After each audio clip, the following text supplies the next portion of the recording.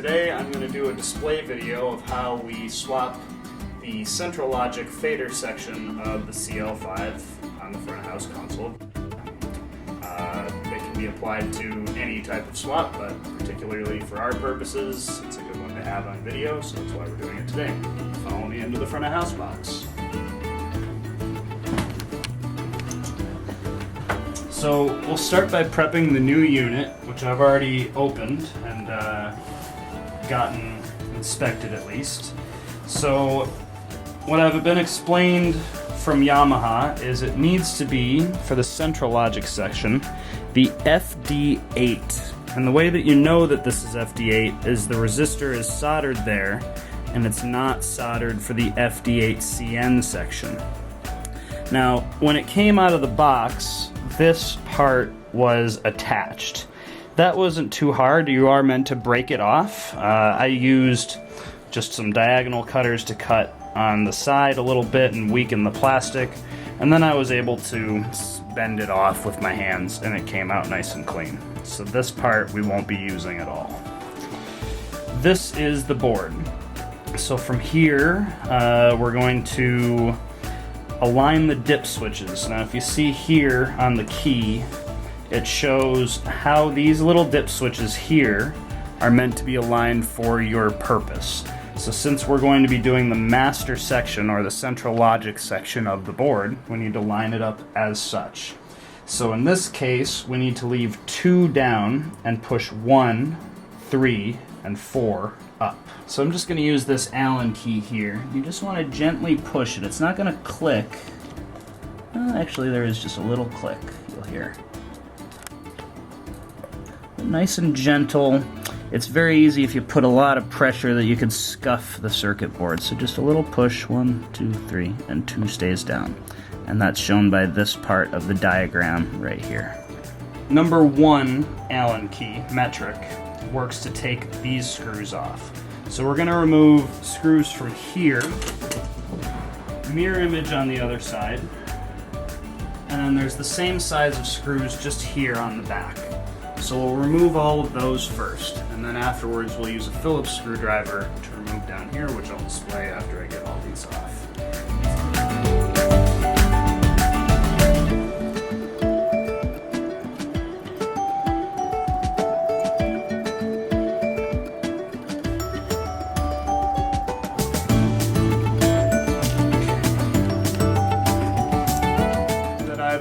Remove the Allen screws. The next thing is screws with a number 2 screwdriver. Those are all just down here. There's various sizes, but you do have to get all of them, except for the ones that are associated with the XLR connector and the 1/4 inch connector there. The knobs stay in place as well. So just take these out. They're all the same size except for 2 of them. There are screws up high, but those you do not have to remove. Only ones in this orientation right here.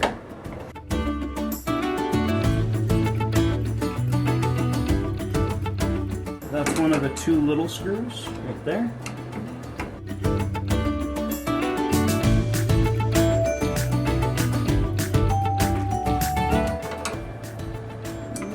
Easy to miss that last little screw right there.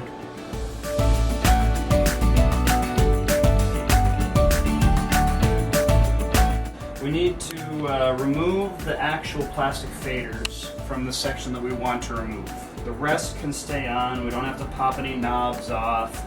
It's just the faders that we want to remove. So in this case it's the central logic, so I'm just going to take them all off, just like so. Just lift with your index finger and leave the thumb. That's what I find is the best, so that way you don't fling it across the room. Okay, now the pro tip is align the faders so that it's going to catch. So just do up and down on each one. +10 and infinity.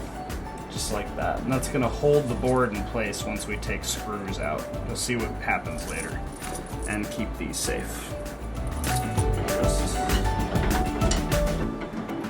lift it up. If you feel any resistance at all, just check and see that you got all those screws that I showed from the earlier part of the video out. If it doesn't go easy, that means you're just missing something. You probably won't damage anything, but if you really force it, you'll bend something in a way that you don't like. So next, we're going to lodge the drumstick. Now you want to get a little closer so that I can show you how to do that. So just up here, you're not going to impact any circuitry. So just up there, and then I'm going to lodge the drumstick.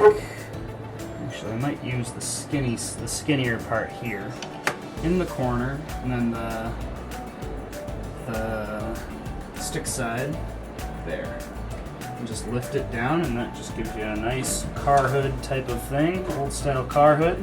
We'll do the same thing on the other side to keep it redundant. And just be careful, I'm just going to slide it so this one doesn't move. Okay, so now we're going to take the board out. This is the part we need to work on. There's a few screws to remove and a few wires to undo and wire clips to take out. So first off, we're going to undo this gray connector. Now this one is a pull lock type of thing, and it's very easy to mess up when you're putting this back in. But we pull both sides and just a little bit of plastic pops out. And a nice easy pull, and you're going to get bare wire to come right out.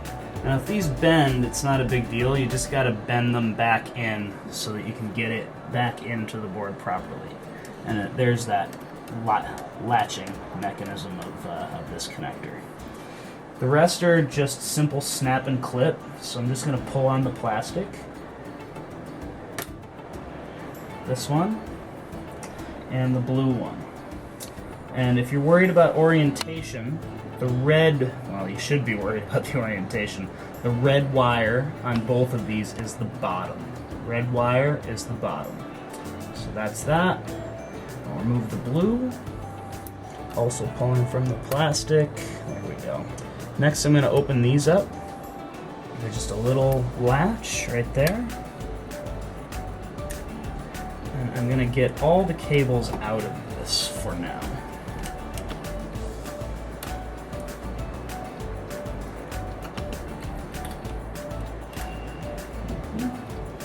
And then I can remove the clips with just a 90-degree twist at the base, just like so. And we'll use those on the new board. That's why we'll keep them. Next, we remove the screws. You can use the same number 2 screwdriver to do most of the work. Always a good idea to have a magnetized one. If you don't, it's possible and a pain because you can lose screws down in these circuits, and if a screw pops in there, the way that we've used to get it out is just a little bit of canned air and the screw comes out, but it is a pain. So magnetic screwdriver, very careful. So I like to start with these 2 screws first.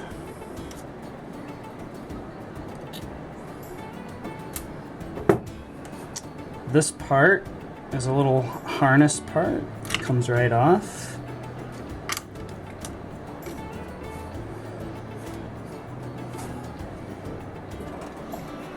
And then it's 3 screws on the bottom and 3 screws on the top.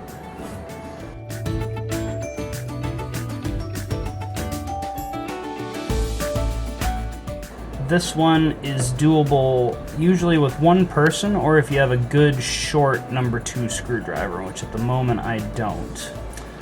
So the middle screw, I will borrow my camera operator's hands to be able to do. I'll show what that means in a second. Again, magnetized screwdriver, pretty nice to have for this job.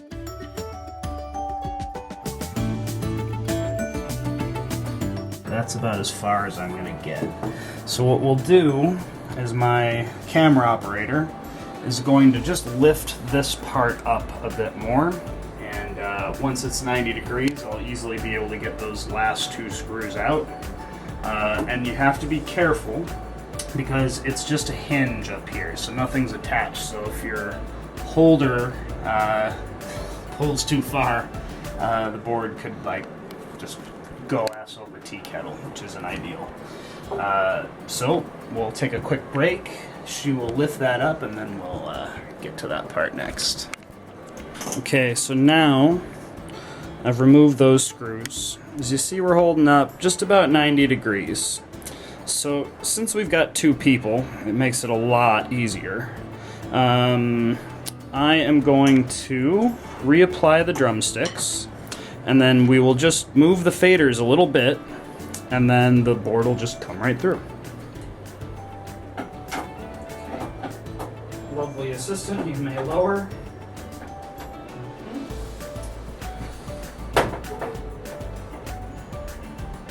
Go.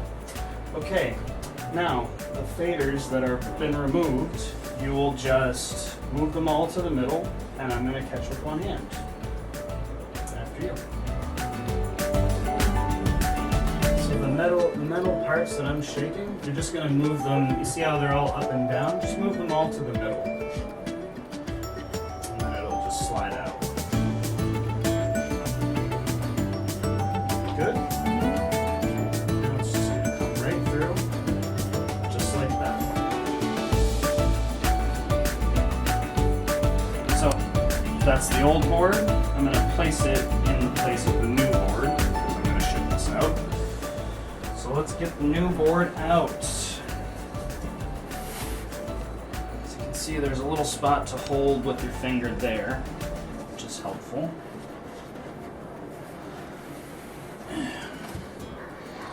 Take that one out, put this one in, and we're going to just insert it the same way. I'll put all the faders in the middle, and then we'll push it in and attach it. So I'm gonna just insert it here. Be very careful of your cables. And, yeah. Make sure you get it in the box. Line the screw holes up. Okay, now I'm going to ask the camera operator to go back to the other side while I hold this, and she's going to move the faders back to the up and down position that we started.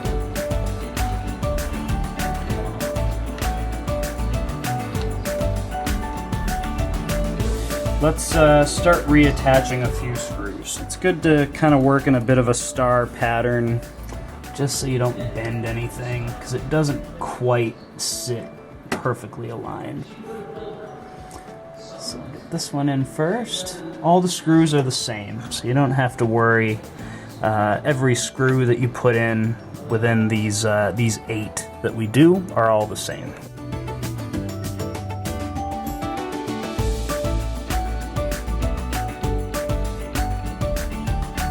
Okay, I'm going to ask the camera operator to hold me back up to 90 so that I can attach the 2 bottom screws. Bottom 2 screws in.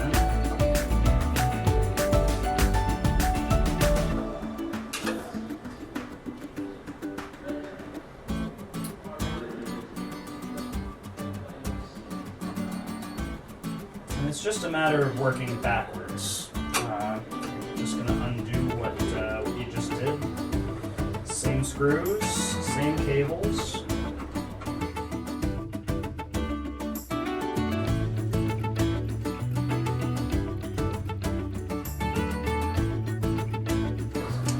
Just finish up the rest of the screws real quick.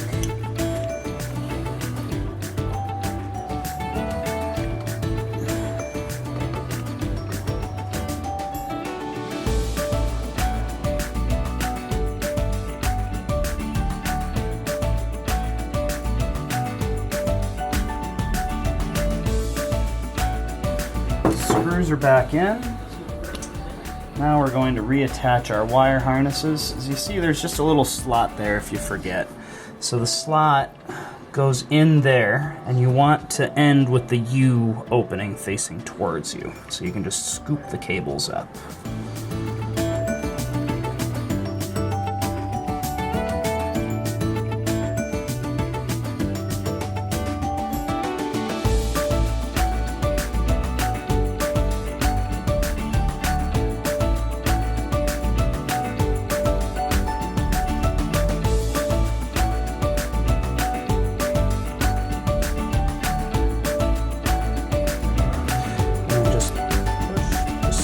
right in.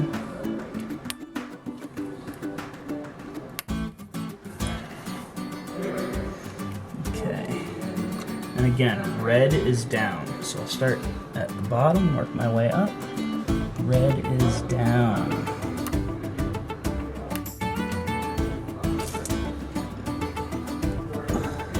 Feel it. You want the metal to not be seen anymore. Go nice and easy. You don't want to bend a connector.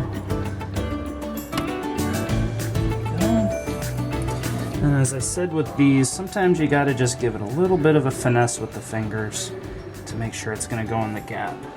And out of the box, the little clip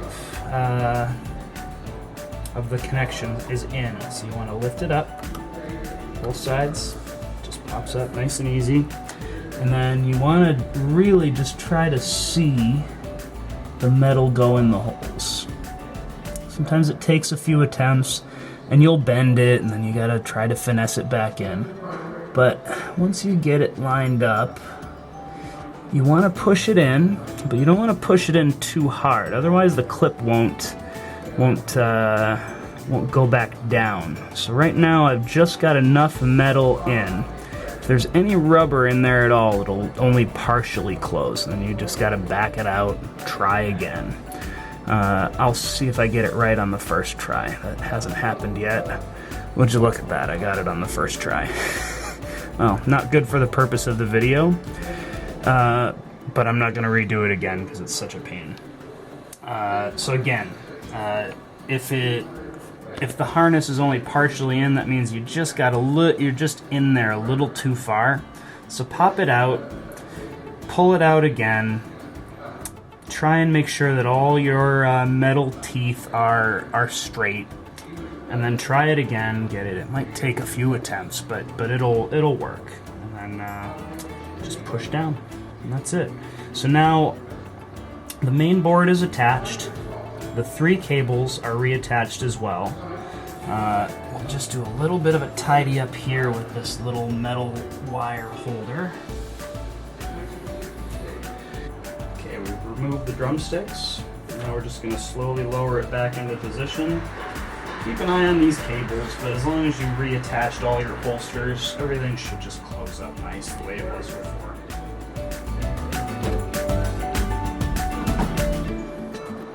Okay.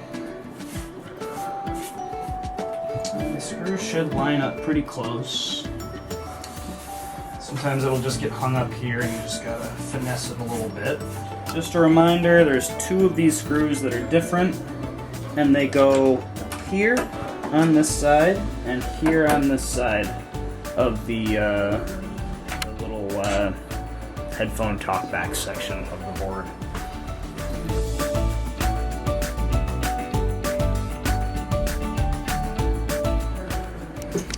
Okay, now we're going to just reapply the faders and calibrate before we put it back into place. I'm even going to wait to apply the usual Allen keys first, because I want to make sure that this calibration comes up right. Not necessary for everybody to do it this way, but I've had a lot of trial and error with this task, so before I commit to sealing it up all the way, I just want to see that it works. For fader calibration, you have to reapply the faders. The faders give weight to the actual mechanism, and it's all calculated into how the board calibrates. So it's very important that you put them on, and you put them on properly.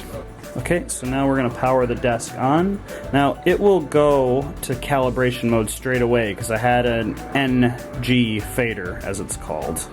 Missing the F, of course.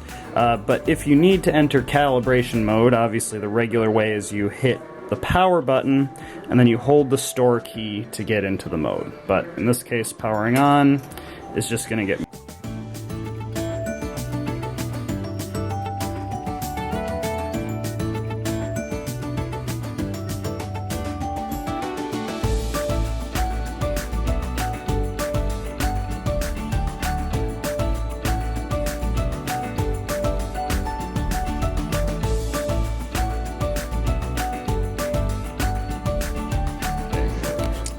So let's select the faders we want to calibrate. Let's just do the ones that we've changed. So you hit select down there, and that'll highlight in red the ones you want to do. So hit select and hit start. Are you sure? Yes. So, usual thing if you haven't done a calibration yet. Move everything to -infinity, hit next, move everything to -20. That's pretty spot on. Hit next, move everything to 0.